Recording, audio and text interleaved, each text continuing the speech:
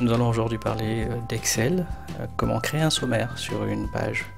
L'idée c'est de créer des liens qui vous permettent en fait de pointer vers des pages lorsqu'on clique dessus. Donc on verra les différentes options à l'intérieur du document, soit sur une forme dessinée à la main ou sur une image, et comment gérer l'infobulle qui s'affiche dessus.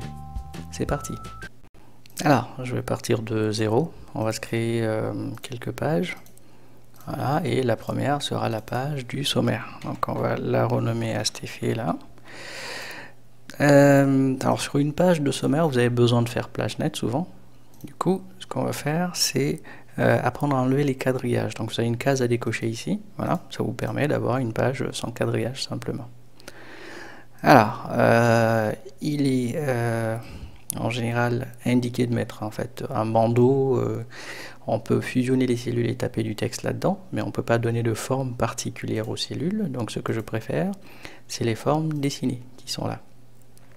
Donc vous prenez n'importe quelle forme dessinée, voilà, ce sera celle-là. Ce sera mon sommaire, voilà. Ok. Donc les attributs de texte, vous pouvez les gérer plus facilement par là, dans le menu accueil. Donc pour centrer le texte, c'est les deux outils. Pour augmenter la taille, donc ça reste classique. Imaginez-vous être en train de modifier une cellule simplement. Voilà. Si vous avez besoin d'une police plus criarde, vous pouvez passer par là. Alors maintenant, par défaut, ce rectangle-là a une forme qui n'est pas particulièrement attirante. Vous pouvez modifier cela en allant donc dans le menu format. Alors ce menu est fuyant. Quand vous n'êtes pas sur une forme, il n'y est pas. Donc je reclique dessus, voilà. Et si vous voulez changer donc la forme de la zone de texte, vous pouvez cliquer là, modifier la forme. Il s'agit simplement de... Le plus simple, c'est de sélectionner une forme qui existe déjà. Donc vous avez des rectangles là-bas arrondis, les bannières en bas et tout. Donc je vais mettre une bannière, voilà. Et si vous voulez modifier l'apparence de la bannière, c'est les poignées. Donc les blanches, c'est pour les proportions. Les jaunes, c'est pour tout ce qui est angle et tout ce qui est par forme un peu particulière. Okay. Alors maintenant, on va se préparer une petite zone d'édito, donc une zone sur laquelle on mettra du texte pour expliquer comment utiliser ce sommaire.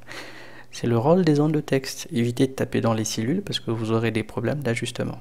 Donc comment vous insérez une zone de texte? C'est simple, vous avez donc à cliquer là. Donc cette zone de texte, quand vous cliquez dessus, on y va, vous avez plusieurs choses, vous prenez juste zone de texte et puis vous dessinez la proportion que vous voulez. Donc je clique gauche enfoncé et je trace la taille que je veux, je relâche pas. Dès que je relâche, il la crée. Alors je me suis créé un petit peu de texte qui n'a pas trop de sens là, pour cet effet. Voilà, copier-coller. Donc mon texte y est. Alors pareil, si je veux une apparence un tout petit peu plus aboutie, vous voyez, il y a des apparences déjà prêtes là. Voilà. Et si je veux un rectangle là-bas arrondi, je clique pas là, je vais sur modifier la forme, voilà, et je prends un rectangle qui a un bord arrondi. Voilà, ça présente mieux. Parfait. Vous voyez que j'essaie d'ajuster la position de cette forme pour qu'elle soit centrée avec le sommaire. C'est un exercice assez difficile, donc pour y arriver, je vais leur donner la même apparence, donc pour y arriver, on peut s'appuyer sur des outils d'alignement. Donc l'outil d'alignement, c'est celui-là. Vous pouvez centrer des formes entre elles par rapport à la page et tout cela. Alors, il faut d'abord sélectionner les deux. Pour sélectionner deux formes, il faut en fait, non pas juste cliquer dessus, il faut enfoncer la touche CTRL et cliquer sur les deux. Alors l'exercice est parfois difficile. Vous avez un autre outil pour ça. Donc l'outil, vous le retrouvez ici, à droite, là où c'est écrit rechercher et sélectionner.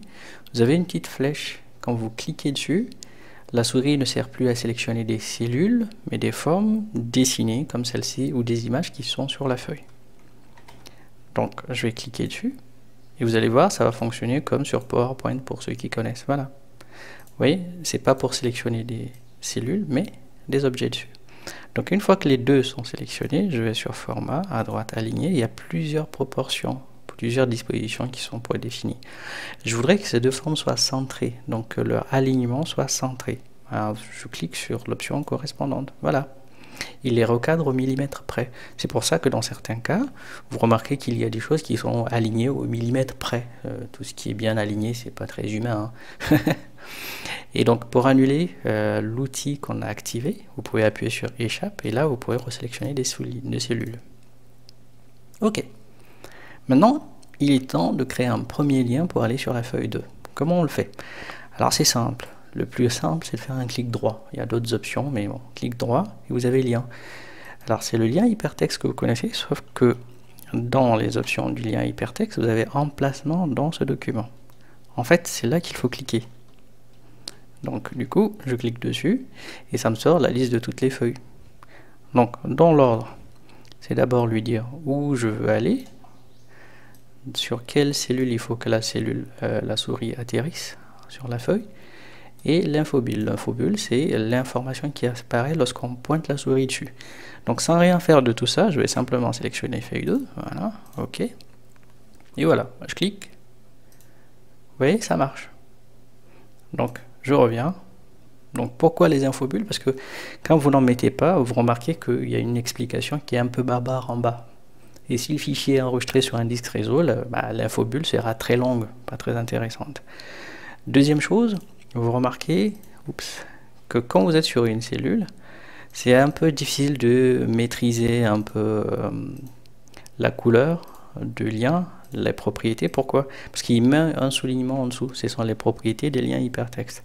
Pour une meilleure présentation, je vous conseille de mettre les liens hypertextes sur une forme ou sur une image, chose qu'on va voir tout de suite.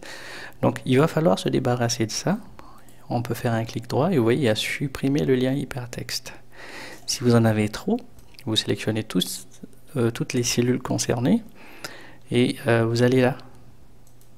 Et vous avez un bouton qui est fait, qui permet de se débarrasser de tout ce qui est lien hypertexte. Donc je clique dessus, voilà. Après il n'y a que le texte, la touche supr et c'est bon. Sachez que c'est pas parce que vous effacez le texte que le lien hypertexte n'est plus là. Donc en cliquant dessus, il y aura des choses qui vont se passer. Alors comment dessiner une forme? On l'a vu. Hop, c'est parti. Donc je veux un petit rectangle à bord arrondi, celui-là, pour pouvoir aller sur la feuille 2. Comment je saisis le texte dedans? Directement. Désormais, ces formes sont faites pour accueillir du texte. Oups. C'est un sommaire, donc on dira page 1. Ok. Maintenant, je voudrais créer d'autres formes identiques. Donc, il y a un raccourci CTRL-D, D pour Daniel. Quand vous faites un CTRL-D, ça vous duplique la forme. Ça revient à faire un copier, coller. Ok? Sauf que le CTRL-D est beaucoup plus pratique. Donc du coup, on va aligner ces formes-là déjà. Il faut que l'emplacement soit correct. Donc remarquez, je ne vais pas le faire à la main, je repasse par là. D'abord, je voudrais qu'ils soient correctement alignés par rapport à leur bord de gauche. Voilà. Ensuite, je voudrais que ces formes soient équidistantes, bien reparties, donc distribuées verticalement. Et voilà, c'est tout. Donc là, ça va être page 2, puis page 3. Donc la même opération, clic droit, lien, ça fonctionne, page 2, ok. La forme du texte ne change pas à ce niveau-là. Donc je vais cliquer dessus, et voilà, il y va. On va faire pareil, page 2, sauf que sur la deuxième page, j'aimerais que l'utilisateur arrive ici, en plein milieu. Alors comment est-ce qu'on fait ça? La cellule, c'est la cellule H12. Donc ici, quand j'irai là, voilà, feuille 3, sauf qu'ici, il faudra que je précise sur quelle cellule pointer. Ok, voilà. Donc juste pour le refaire et comprendre, voilà, oui, la cellule se replace dessus. Parfait. Pour la quatrième, donc troisième page, c'est la même opération, mais on verra une information importante, c'est l'infobulle. L'infobulle, en fait, vous permet de préciser un tout petit peu ce qui apparaît sous la souris avant de cliquer. C'est un peu comme sur Internet, quand vous cliquez pour aller sur des pages Internet, vous avez souvent l'infobulle qui apparaît. Voilà, pour, on va dire, je sais pas, consulter un budget. Voilà, ok. Je clique pas, oui, c'est le rôle de l'infobulle là. Ici, il n'y a pas d'infobulle, là non plus. Donc je clique dessus, bah, ça marche. Par contre, depuis tout à l'heure, vous remarquez une chose, à chaque fois, je suis obligé de revenir moi-même. Donc en général, quand vous mettez un sommaire, il faut faciliter le retour à ce sommaire-là.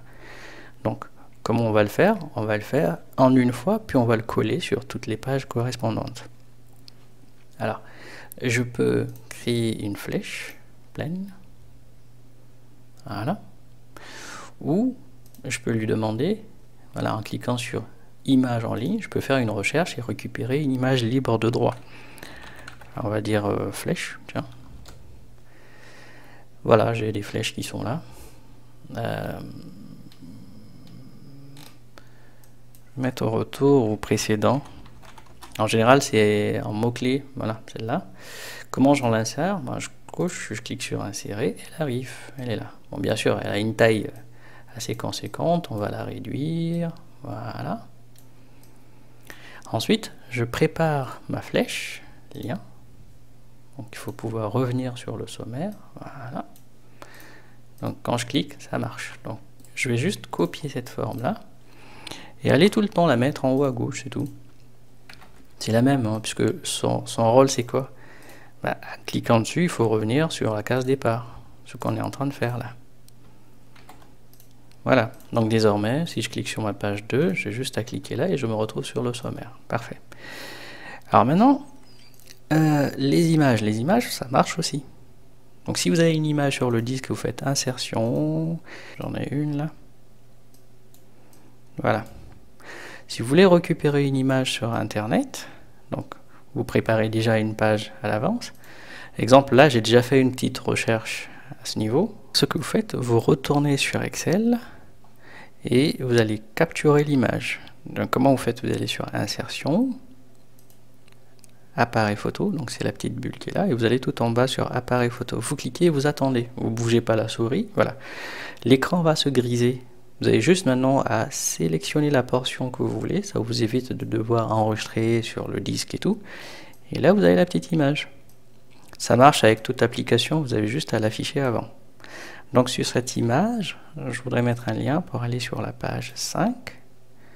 Je clique sur OK. Est-ce que ça marche? Ça marche aussi, pareillement.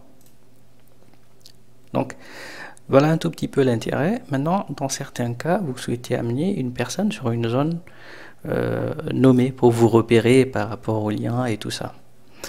On va voir l'intérêt des noms. Donc dans la feuille 5, je vais défiler très bas. Je voudrais que l'utilisateur arrive là. Ok, donc je vais donner un nom en fait. Je vais l'appeler zone par exemple. Un atterrissage, bon ça ira. Donc ce nom, on va le retrouver. Voilà. Un lien, quand il existe déjà, vous pouvez le modifier. Donc on va mettre à jour ce lien.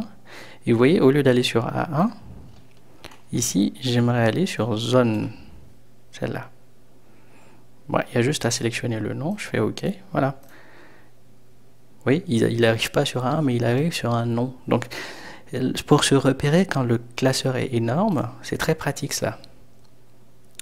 Voilà, désormais vous avez de quoi faire des beaux sommaires. Mon conseil, c'est surtout l'organisation à l'écran. Donc, évitez d'avoir les quadrillages, si c'est pas grave, vous les conservez, mais il faut que vos formes soient alignées. Ça donne une impression de désordre si c'est pas le cas.